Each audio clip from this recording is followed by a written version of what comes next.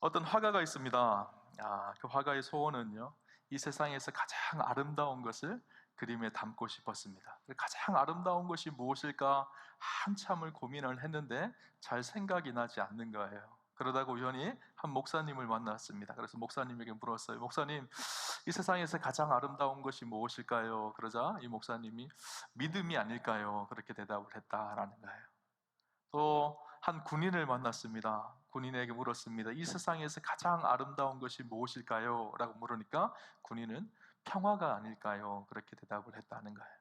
사랑하는 연인을 만났습니다. 그 연인에게 물었어요. 이 세상에서 가장 아름다운 것이 무엇일까요? 묻자 그 연인이 대답하기를 사랑이 아닐까요? 그렇게 대답을 했다라는 거예요. 다 일리가 있는 것 같았어요. 그런데 사랑도 중요하고 믿음도 중요하고 평화도 중요한데 이 모든 것이 다 하나로 나타날 수 있는 뭐가 없을까? 한참을 고민을 했어요. 몇 개월을 고민을 했는데 답이 잘 나오지 않는 거예요. 그래서 내가 이렇게 아름다운 것을 그림을 그릴 수가 없을까라는 생각을 하며 근심하며 집으로 들어갔습니다. 집에 들어가는데 문을 열자마자 아이들이 막 뛰어나와서 아빠 품에 와락 안기면서 아빠 사랑해요 그러는 거예요. 그리고 아내가 식사를 준비하다가 나와서 젖은 손을 앞치마에 닦으면서 사랑하는 남편의 겉옷을 받아주고 코트를 걸어주고 함께 식탁에 모여서 아내와 자녀들과 함께 식사를 하는데 그곳에서 가장 아름다운 것이 우리 가정이구나 라는 것을 깨달았다라는 거예요. 사랑이 있고 평화가 있고 믿음이 있는 것, 그곳이 가정이죠. 가정은요, 하나님께서 창조하신 하나님 나라를 우리에게 보여주는 가장 중요한 모델이요, 바로 가정입니다. 저는 축복하기를 우리 우암교회 성도님들의 가정이요 다 천국되는 축복이 있으시기를 주님 이름으로 축원합니다. 그런데 안타까운 것은 하나님께서 천국으로 만들어 놓은 이 가정을요, 요즘에 날마다 깨어지고 망가지는 것을 우리가 많이 보고 있다라는 사실이에요. 어떤 분은 가정이 천국 같지만 어떤 분은요, 가정에 들어가면 지옥 같은 분도 있으시다고 하더라고요. 여러분은 어떠신가요? 하루의 일을 마치고 집에 들어가면 가정이 천국이신가요? 내가 지옥에 들어간다 이런 마음으로 가정에 들어가시나요? 이런 이야기가 있습니다. 이 시대는 집, 즉 하우스는 있는데 가정, 즉 홈은 없다. 큰 집은 짓고 우리가 살아가지만 따뜻한 사랑이 있는 가정은 없는 시대가 되어졌다라는 거예요. 여러분, 세상이 아무리 부요하고 풍요롭다고 하더라도 우리의 가정이 행복하지 않으면 지옥 같은 삶을 삽니다. 클린턴 가더너라는 사회학자는 이런 이야기를 했습니다. 모든 것을 다 잃어도 가정이 있으면 아직 다 잃은 것이 아니지만 모든 것을 다 가져도 가정을 잃으면 모든 것을 다 잃은 것이다. 모든 것을 다 가졌다고 하더라도 가정을 잃으면 사실 다 잃은 것이죠. 그러나 모든 것을 잃었다고 하더라도 행복한 가정이 있으면 아직 다 잃은 것이 아니라는 의미입니다. 우리가 마드 테레사 수녀님을 잘 알죠. 노벨 평화상을 받은 마드 테레사 수녀님에게 한 기자가 물었습니다. 세계 평화를 위해서 우리가 어떻게 해야 됩니까? 라고 묻자 마드 테레사 수녀님이 이렇게 얘기했다는 거예요. 웃으면서 기자 선생님께서 빨리 집에 들어가셔서 가족을 사랑하는 것, 그것이 세계 평화를 이루는 방법입니다. 그렇게 이야기를 했다라는 거예요. 세계 평화도 중요하고 사업이 성공하는 것도 중요하고 출세도 중요하지만 모든 것이 다 가정에서 시작되어집니다. 가정이 행복해야지, 또 가정이 복된 가정이 되어져야지, 천국 같은 가정이 되어져야지 세계 평화가 임하게 되는 거예요. 여러분, 오늘 민족의 명절 추석을 지나고 우리가 세대 통합 예배로 드려집니다. 우리 자녀들과 함께 예배를 드리는데 저는 축복하기를 우리가 그동안 소홀하게 여겼던 우리의 가정, 그 가정이요, 오늘 말씀을 통해서 행복한 가정, 천국 되는 그런 가정으로 우리가 변화시켜가는 축복과 은혜가 있었으면 좋겠습니다. 오늘 본문은요, 하나님을 경외하는 하나님의 백성들이 누리는 축복이 무엇인지를 우리에게 이야기해 주고 있어요. 1절에 보니까 여호와를 경외하며 그의 길을 걷는 자마다 복이 있도다, 그렇게 말씀합니다. 4절에 보니까 여호와를 경외하는 자는 이같이 복을 얻으리로다. 하나님을 경외하는 사람들에게 하나님께서 축복을 주시겠다라고 말씀하고 있는데 그 축복의 한 가지가 무엇인가 하면 가정이 행복한 복을 주시겠다라는 거예요. 오늘 본문에 보면 경외한다 그렇게 표현하고 있죠. 하나님을 경외한다는 것이 어떤 의미일까요? 경외한다라는 것은요, 두렵고 떨림으로 선다라는 고백이거든요. 무서워서만 두렵고 떨림으로 서는 것이 아니라 그분이 너무너무 존경스럽고 너무너무 사랑하는 분이기에 그분 앞에 섰을 때 두렵고 떨리는 마음이 생기는 거예요. 우리 하나님 앞에, 위대하신 그 하나님 앞에 우리가 날마다 매 순간순간을 경외함으로 선다라는 것은 두렵고 떨림으로 우리의 삶을 거룩하게 말씀 앞에 진실하게 지켜간다라는 것을 의미합니다. 하나님은요, 무소부재하신 분입니다. 모든 시간과 모든 공간 가운데 계시는 분이 우리 하나님이시죠. 우리는요, 그 하나님의 무소부재하신 하나님의 시선을 별로 의식하지 않고 살아갈 때가 많습니다. 세상의 사람의 눈은 매일매일 의식하며 살아갑니다. 그러나 하나님이 우리를 날마다 바라보고 계시고 우리의 중심을 알고 계시는 하나님의 시선은 무시하려고 할 때가 많습니다. 여러분, 누군가가 나를 날마다 지켜보고 있다면 어떻게 행동하실까요? 날마다 조심하지 않나요? 그죠? 근데 우리 하나님은 어떤 분이실까요? 무소부재하신 분이세요. 모든 시간에 우리와 함께 하시고 우리를 알고 계시고 우리를 바라보시는 분이세요. 하나님을 경외한다라는 것은요, 사람들의 시선에 의해서 내가 사람들이 누가 나를 보고 안 보고의 문제가 아니라 매 순간순간 하나님 앞에 서 있기에 그 말씀 앞에 순종한다는 것이 하나님을 경외하는 자의 삶의 자세인 것이죠. 그렇죠? 아드리안 로저스라는 사람이 쓴 성공하는 가정을 위한 10계명이라는 책이 있습니다. 그 책에 보면 이런 글이 나옵니다. 하나님은 파트타임이 아니십니다. 하나님은 파트타임이 아니시라는 거예요. 우리는 이 사람이 저 사람과 닮았다고 말할 수 있고, 이 의자가 저 의자와 비슷하고 이 피아노와 저 피아노가 똑같다고 말할 수 있다. 그러나 하나님은 오직 한 분이시다. 우리는 그분을 어느 것이나 혹은 어느 분과도 비교할 수 없다. 만일 한 여인이 방에 들어갔는데 남편이 다른 여인을 포옹하고 있는 것을 발견했다고 하자, 남편이 아내에게 여보 잠깐만 기다려요. 오해하지 말아요. 내가 지금 이 사람을 포옹하고 있는 것은 그 이유는 이 여인은 너무너무 아름다워서 당신을 보는 듯해요. 이 여인을 포옹하면서 나는 당신 생각만 하고 있다오. 여러분, 이 말을 이해해 줄 수 있을까요? 여러분 이해할 수가 있나요? 아무도 이 말을 이해할 수가 없습니다. 그죠? 미국 전역을 다 뒤져봐도 이 말을 동의할 사람은 아무도 없을 것이다. 만일 우리가 어떤 물건을 숭배하면서 주님, 이 물건을 보면 주님 생각이 나기 때문에 내가 이것을 숭배하고 있습니다. 사실 당신을 진정으로 숭배하는 것이지요 라고 말한다면 그는 질투하시는 하나님 앞에 어리석은 범죄를 하는 일이다. 하나님은 파트타임이 아니시다. 당신은 그분 외에 다른 어떤 것이나 혹은 어느 누구를 숭배할 권리가 없다. 마틴 루터는 우상이란 하나님을 붙잡고 있는 것이나 의뢰하는 것이다 라고 말했다. 하나님은 하나님 되심을 독점하고 계신다. 여러분, 우리가 하나님보다 더 사랑하는 것, 하나님보다 더 경외하는 것, 하나님보다 더 섬기는 것, 하나님보다 더 가치를 두는 것이 있다면 그것이 곧 우상이다. 예수님이 하나님을 첫 자리에 두라고 요구하시는 이유는 하나님이 우리의 최고를, 우리의 모든 것을 원하시기 때문입니다. 하나님은 파트타임이 아니십니다. 계실 때도 있고 없을 때도 있고 다른 것으로 대용할 수 있는 분이 아니세요. 그분은 유일하신 하나님이시고 우리가 경외해야 될 유일한 대상이고 모든 순간 모든 시간에 일하시는 하나님이세요. 모든 시간 앞에 그분 앞에 진실하게 나아가는 것, 그것이 하나님을 경외하는 사람의 자세라는 거예요. 오늘 그렇게 하나님을 경외하는 사람에게 하나님께서 여호와를 경외하고 그 길을 걷는 자들에게 복이 있다 그렇게 말씀하시는데, 하나님을 경외하는 사람들에게 주시는 복이 무엇인지를 구체적으로 좀 나누어 보려고 합니다. 첫 번째 복은 무엇인가 하면요, 여호와를 경외하는 자에게는 주시는 복은 손이 수고한 대로 먹는 복을 주시겠다고 오늘 성경은 우리에게 이야기하고 있습니다. 아니 목사님, 수고한 대로 먹는 것이 무슨 복인가요? 그렇게 말하시는 분이 있을지 모르겠어요. 아니 목사님, 수고한 것보다 더 많이 거두어서 더 많이 얻어야지 복이죠. 로또도 당첨되어지고 내가 일하는 것보다 더 많은 월급을 받고 그래야지 복이지 않나요? 사람들은 그렇게 생각을 하는데 오늘 성경은 뭐라고 이야기하고 있죠? 수고한 대로 얻는 것이 복이라는 거예요. 여호와를 경외하는 자에게는 그 복을 주시겠다고 말씀하고 있습니다.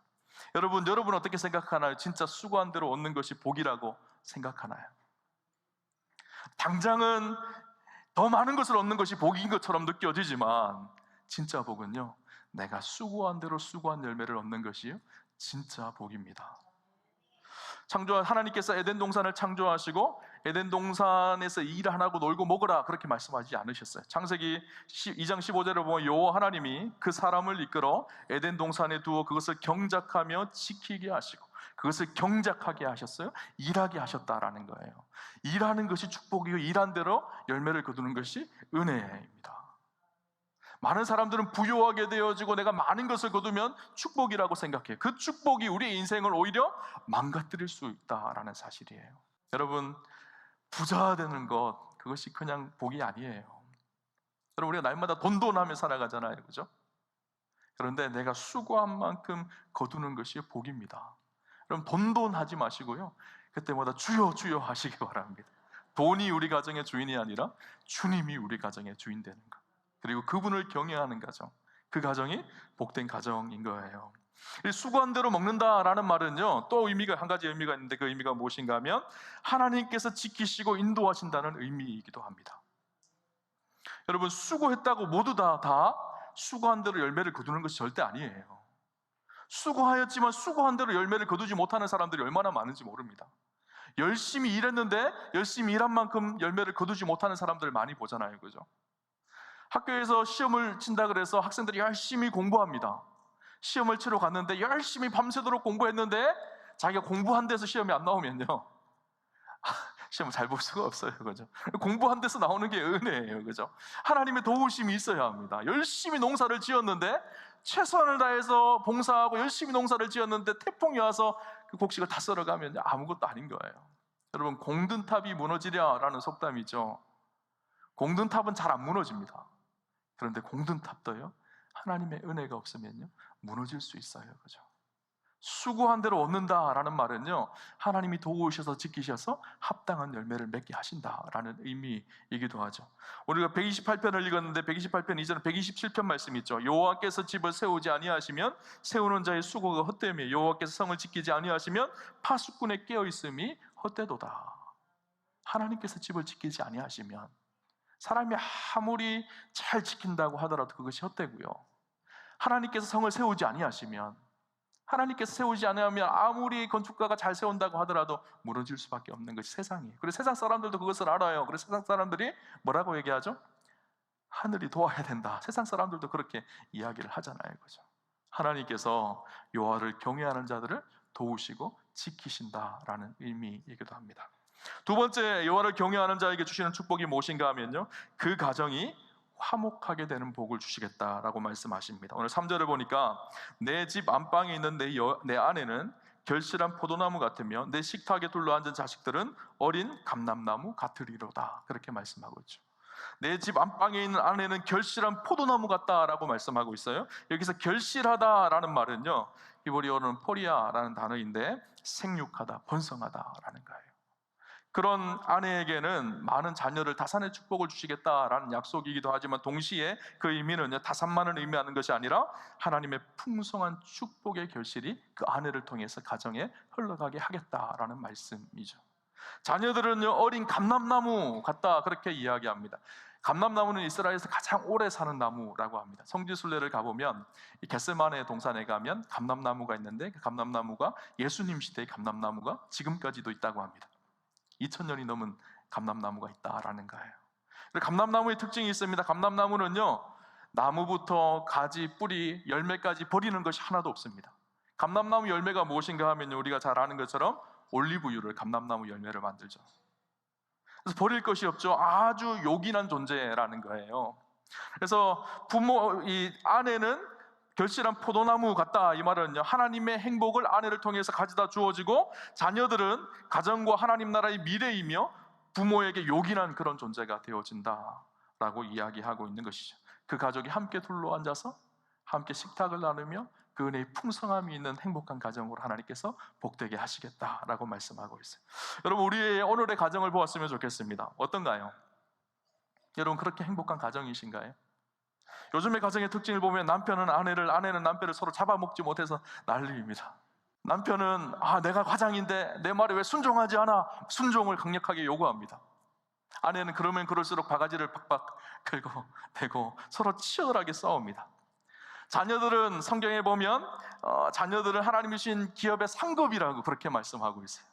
그런데 기업의 상급이 아니라 왼수 같은 자녀들이 되어진 것이 오늘 이 시대의 모습이죠. 왜 그럴까요? 서로 치열하게 싸우기 때문에, 가정 안에서 서로 주도권을 잡으려고 하기 때문이에요. 제가 결혼을 하고 나서 막 제 친구 한 명이 그러더라고. 야, 결혼 생활 행복하려면 초반부터 주도권을 확 휘어잡아야 돼, 그러더라고요. 초반에 제가 주도권을 확 휘어잡으려고 그러다가 얼마나 힘들었는지 몰라요. 행복한 가정은요, 남편이 주도권을 휘어잡아야 될까요? 아내가 주도권을 휘어잡아야 될까요? 하나님이 우리 가정에 주도권을 잡고 계셔야 돼요. 그죠? 주도권 잡으려고 하지 마세요. 하나님이 우리의 가정의 주인 되어질 때, 그분을 경외하는 가정이 되어질 때, 하나님을 섬길 때 우리의 가정에 진정한 행복이 임하게 되는 거예요. 그죠? 예전에 연애 편지 쓸 때 이런 문구를 자주 썼어요. 사랑은 서로 마주보는 것이 아니라 같은 곳을 향해 함께 바라보는 것이다. 멋진 말 같잖아요. 그죠? 근데 연애할 때는요, 결혼 초기에는 이 말이 틀린 말 같아요. 아니, 이왕이면 같이 마주보면 더 좋고 보면 볼수록 행복하고 즐거운데, 결혼하고 몇 년이 지나면 어떻죠? 바라보면 바라볼수록 싸웁니다. 그렇죠? 근데 이 말이 정답인 것 같아요. 제가 결혼 생활을 해보니까요, 사랑은 서로 마주보는 것이 아닙니다. 마주보면 싸울 거리만 생각나요. 사랑은요, 같은 곳을 함께 바라보는 거예요. 그 같은 곳이 어딜까요? 하나님이에요.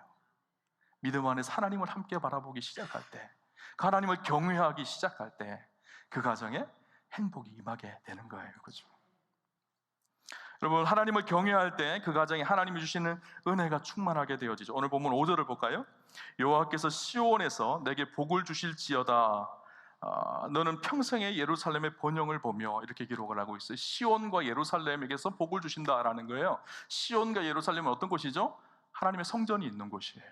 그 성전에서 하나님의 은혜의 풍성함을 누리게 되어진다라는 거예요. 여호와를 경외하는 자들에게는 그런 복을 주시겠다라는 거예요. 그 가정에 하나님께서 주시는 그 은혜와 감격이 있게 하겠다라는 거예요. 이것을 표준세 번역으로 보면 보다 명확하게 번역되어 있는데, 평생토록 너는 예루살렘이 받은 은총을 보면서 살게 되어질 것이다. 예루살렘에 주시는 그 하나님의 은혜와 은총을 우리 가정에서 누리면서 살게 되어질 것이라는 거예요. 여러분, 우리의 삶에 은혜가 있는 삶과요, 은혜가 없는 삶은요, 전혀 다릅니다. 삶의 질이 달라요. 은혜가 있고 감동이 있고 하나님을 향한 눈물의 고백이 있는 사람은요, 잘 다투지 않습니다. 때때로 힘든 사람을 만날 때 그를 너그럽게 용서하고 이해하고 화해의 역사를 만들어가는 사람이 은혜가 있는 사람이에요. 반면 은혜가 사라진 사람은요, 작은 일에 갈등을 만들고 그것 때문에 싸우고 다투고 분쟁합니다. 은혜가 있는 사람은 성령의 열매를 맺습니다. 사랑과 희락과 화평과 오래 참음, 자비, 양성, 충성, 온유, 절제와 같은 하나님 기뻐하시는 삶을 우리의 삶 속에 맺혀가요. 점점 예수님 닮아갑니다. 은혜가 있는 사람은요, 잘 안 싸웁니다. 그 은혜와 감격으로 용서하고 이해하고 하나 되기를 힘써갑니다. 그러나 은혜가 없으면요, 다투고 분쟁하는 거예요. 우리 가정에 진짜 필요한 것이 무엇일까요? 은혜예요. 우린 교회에 와서만 은혜 받으면 된다라고 생각을 하는데요, 아니, 교회에 와서 은혜 받는 건 참 중요하지만 더 중요한 것이 어딜까요? 우리가 삶을 살아가는 우리의 가정이에요. 하나님을 경외하는 가정은요, 날마다 하나님 주시는 은혜가 그 가정 가운데 머물게 되어져요. 그래서 이런 말이 있습니다. 교회는 가정 같아야 하고 가정은 교회 같아야 한다. 그럼 무슨 말이죠? 교회는요, 가정 같아야 돼요. 때때로 내가 만나기 힘든 사람, 대하기 힘든 사람이지만 우리 가족이기에 함께 사랑하고 섬기는 가정 같은 교회가 돼야 돼요. 가정은 어떤 교회, 어떻게 돼야 될까요? 교회 같아야 합니다. 가정에서 예배드리고 하나님을 만나고 하나님 앞에 기도하고 그 속에서 하나님의 은혜가 풍성한 가정. 그러면 다툼이 없습니다. 분쟁이 없습니다. 여러분, 아무리 탁월한 사람이라고 하더라도요, 가정에서 가장 필요한 것이 무엇인가 하면 하나님의 은혜예요. 그렇죠? 빌리 그램 목사님이 텍사스에서 전도 집회를 할 때의 일이라고 합니다. 사모님께 한 기자가 질문을 했습니다. 사모님, 이 빌리 그램 목사님이 이렇게 탁월하게 사역을 하시고 365일 밖으로 이렇게 다니시면서 복음을 전하시는데 혼자, 당시 자녀가 5명이었거든요. 자녀 5명을 키우는 거 힘들지 않으셨나요? 물었어요. 혹시 이혼하고 싶은 생각 들지 않으셨나요? 이 빌리 그램 목사님 사모님에게 물었던 거예요. 그래서 사모님이 이렇게 대답했습니다. 이혼을 생각해 보지는 않았습니다. 그러나 죽이고 싶은 생각은 날마다 들었습니다. 그랬다라는 거예요. 이혼 생각은 안 해봤지만 남편을 죽이고 싶다, 그 마음이 날마다 들었다. 아무리 빌리 그램 목사님이라고 하더라도요, 그 마음 속에 그 가정에 은혜가 없으면요, 그 가정이 하나님 은혜 가운데 든든히 살아가는 것은 쉬운 일이 아닙니다. 간혹 신방을 하다 보면요, 권사님들이 그렇게 이야기하는 분들을 만날 때가 있었어요. 목사님, 제가 하나님의 은혜가 없었으면요, 저는 벌써 이혼했을 거예요. 그렇게 말하시는 분을 자주 만납니다. 여러분, 우리 가정에 가장 필요한 것이 무엇일까요? 하나님의 은혜예요. 임마누엘의 은혜입니다. 은혜는요, 교회 안에만 필요한 것이 아니라요, 우리 가정의 삶의 현장에서 그 은혜를 붙들고 사셔야 합니다. 하나님을 경외하는 자에게 그 은혜를 주시겠다고 그렇게 오늘 성경은 우리에게 말씀하고 있죠. 마지막 세 번째, 여호와를 경외하는 자들에게 주시는 축복이 무엇인가 하면 이 은혜가 다음 세대까지 이어진다고 말씀하고 있어요. 5절 6절을 보면 여호와께서 시온에서 내게 복을 주실지어다. 너는 평생의 예루살렘이 복을 보며 내 자식이 자식의 자식을 볼지어다. 이스라엘에게 평강이 있을지어다. 이 복이요, 자식의 자식의 자식에까지도 흘러가게 하시겠다, 그렇게 말씀하고 있어요. 여러분, 가장 불행한 일이 뭘까요? 나만 은혜 받고 나만 하나님 안에 잘 살면 되는 것이 아니에요. 우리 자녀들이 하나님을 경외하고 믿음으로 살아가는 그 은혜와 복을 함께 누려야 되죠. 그 믿음이 흘러가게 하는 것, 이것이 우리에게 주신 중요한 사명이기도 합니다. 그런데 그 믿음이 어떻게 흘러갈 수 있을까요? 하나님을 경외하는 사람을 통해서 흘러갑니다. 경외한다라는 말이 무슨 말이었죠? 모든 일상 속에서 하나님을 하나님으로 인정하는 것이 경외거든요. 교회에 와서는 손을 들고 뜨겁게 눈물로 기도하고 찬양할 수 있어요. 그러나 집에 가서는 늘 싸우고 늘 험한 말을 하고 늘 다투고 그러면 자녀들이 우리 어떤 모습을 볼까요? 교회에서는 하나님이 있는 것 같은데 가정에서는 하나님이 없는 것 같이 느껴져요. 우리 자녀들이 그 믿음의 신앙을 전수받지를 않는 거예요. 그죠? 제가 부탁하고 싶은 것 한 가지는요, 집에 가서 여러분 자녀들이 있는 데서 교회 욕하지 않으셨으면 좋겠어요. 교회 목사님 욕하지 않으셨으면 좋겠어요. 목사도 실수할 수도 있죠. 연약할 수도 있습니다. 교회 안에서 집에 가서 여러분 성도님들, 다른 성도님들, 권사님들, 장로님들, 집사님들 욕하지 않으셨으면 좋겠어요. 자녀들 앞에서 보는 데서 교회 욕하면 자녀들이 뭐라고 생각할까요? 아, 교회 갈 필요 없구나. 교회는 아주 이기적인 사람들만 모여 있는 곳이구나. 그렇게 생각하는 거예요. 우리 자녀들이 믿음으로 서지 못하는 이유가 무엇일까요? 우리가 하나님을 경외하는 삶의 모습을 우리 자녀들에게 보여주지 못해서예요. 자녀들은요, 우리의 그림자를 보며 우리를 뒤따라옵니다. 우리를 닮게 되어져 있어요. 우리가 어떻게 하나님 앞에 살아가는 그 모습을 보며 아, 하나님은 진짜 살아계시는구나, 이것을 배우든지, 우리의 뒷모습을 보며 하나님은 살아계시는 것이 아닌 것 같아, 그것을 배우게 되어지는 것이죠. 하나님을 경외하는 사람들은요, 그 자녀들이 복되게 하고 자녀 손서 그 하나님의 축복과 은혜가 흘러갑니다.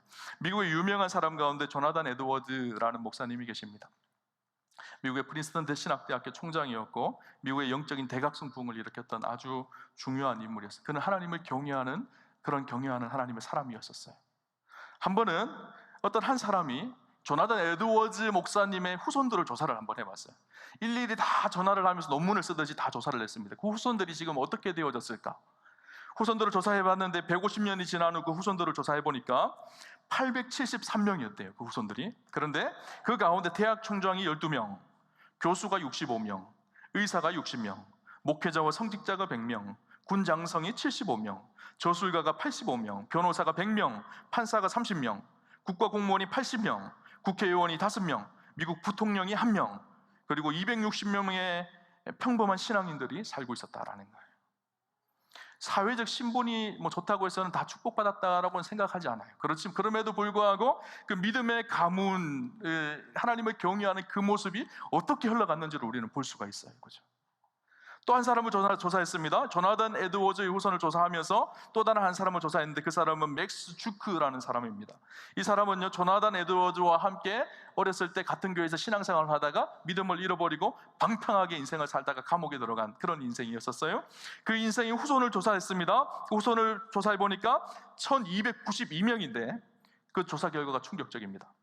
그 자손 중 어릴 때 사망한 사람이 309명, 거지가 310명, 매춘부가 50명, 도둑으로 감옥에 들어간 사람이 60명, 그리고 다른 사람을 죽인 살인자가 70명이 나왔고 평범한 삶을 사는 사람은 53명밖에 되지 않았다라는 거예요. 이것이 신문에 나와서 아주 충격적인 발표를 했다고 합니다. 부모가 어떻게 하나님 경외하는 삶을 살아가느냐에 따라서 우리 자손들이, 우리의 믿음의 대가 어떻게 이어지느냐가 결정되어진다라는 거예요. 여러분, 저는 우리 우아함교회 성도님들의 가정이요, 천국 되는 가정 되었으면 좋겠어요. 우리 우아함교회에서 행복하게 신앙생활 하셨으면 좋겠고요. 뿐만 아니라 우리의 가정이요, 날마다 천국 되는 그런 축복을 누리셨으면 좋겠어요. 하나님을 경외하는 일은요, 교회 안에서만 하는 일이 아닙니다. 오늘 우리가 살아가야 될 삶의 가정의 삶의 현장에서 하나님을 경외하고 그 은혜를 누릴 때 우리의 가정이 천국이 되어진다라는 사실을 기억하였으면 좋겠습니다. 오늘 세대 통합 예배를 드리면서요, 우리 믿음의 자녀들에게 우리의 믿음을 잘 전수하는 축복이 있었으면 좋겠어요. 한국교회 다음 세대가 사라졌다고 합니다. 왜 그럴까요? 우리 때문이에요. 그죠? 우리 자녀들에게 그 믿음을 잘 전하고 하나님을 경외하는 복된 가정 되시기를 주님 이름으로 축원합니다.